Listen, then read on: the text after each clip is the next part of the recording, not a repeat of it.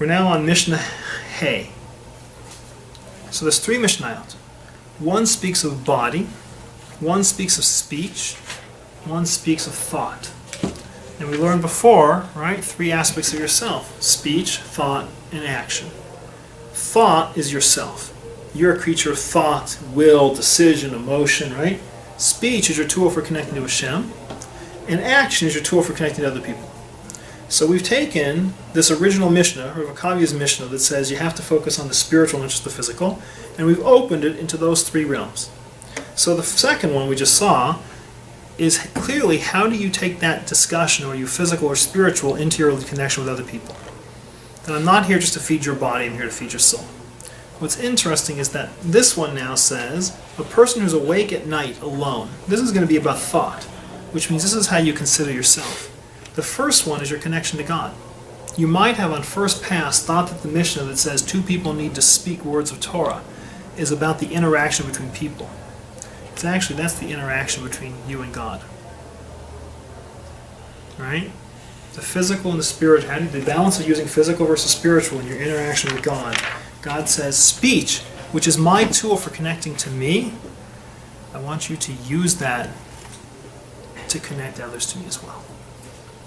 Right? So now you come to the 3rd Mishnah. Rabbi Hanina ben Chachinai says, Haneir b'layla, a person is awake in the night, v'hamachalech b'derech yechidi, or you're traveling a singular road alone. Umafane libo labatala, and you turn your heart to nonsense. Charei zemis chaye b'nafsho. You've earned a death penalty. You've thrown away your soul. Hard Mishnah. It says people are afraid of silence. People are afraid, right? It's easier for me to say to Hashem, I did not have time to learn because I was very busy. I didn't have time to think about important things because my life was so hectic. It's overscheduled. I got 4 kids, and I got a job, I'm making a living, and I got bills to pay, and I'm trying to find a job, whatever, right? And you know what? He might even cut you slack for that. But it says, if you find yourself given as a gift extra free time, it's 2 in the morning, and you're awake at night, and you're lying in your bed staring at the ceiling, what do you turn your mind to? When you have no other obligations, you have nothing else that's demanding your time, it's kind of, everything else is stripped away. The question is, what are you? Right? When you're traveling a road alone, and there's no distractions, right? You know, the old days before cell phones, right? When you left the office, you were on your own. The question is, when you are not distracted, what do you become? Strip away all the other nonsense and ask the question, what do you become? If you turn your mind to nonsense, to Luvatala, then you are Luvatala. If all you can think about it, I can't even tell you now, then you're nothing. There's nothing there. If God gives you the gift of time, you have to have something to turn it to. Think about a Mishnah. Think about, what's my life about? Think about, how do I do a better job with my kids? How do I do a better job? I mean, pick any issue that you're struggling with, right? Whatever it's going to be. But don't just kill time. Right? People, when they have spare time, what do they try to do? They try to kill it.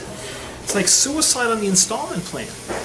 I have an extra hour. How do I burn it up and make it go away? It's destructive. But the other path that I read about this once, which is in a way harder, it says, take it to a bigger, grander sense. If you are traveling the road of life in a world of darkness, where the rest of society is messed up, and their values are corrupted, and their values are broken, and they're clueless, right?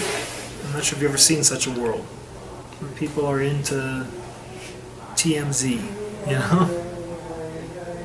If you're traveling a solitary road through life, My friends don't get it. My family doesn't get it. The people around me don't get it. The society doesn't get it. But I have clarity. If you're that guy, the guy who has clarity, the guy who's awake in the dark, what do you do with it? In a way, that's all of us. Right? We are awake in a very dark world, in a very confused world. What do you do? If you take and throw that away and say, I don't want the pain, I don't want the burden, I don't want the work, it's not my responsibility. Dude, I am tired right now. It's not my responsibility. I just want to go home and watch a baseball game. I want to go take a nap, right? It says you're throwing your soul away. God created you with the strength to have clarity, to see what the world's about. He created you with the opportunity to think for a reason. You got to hang on to it. You got to reach out. You got to share it. You got to teach it. But you can't just give it. You can't just give it and surrender. So that's our Mishnah.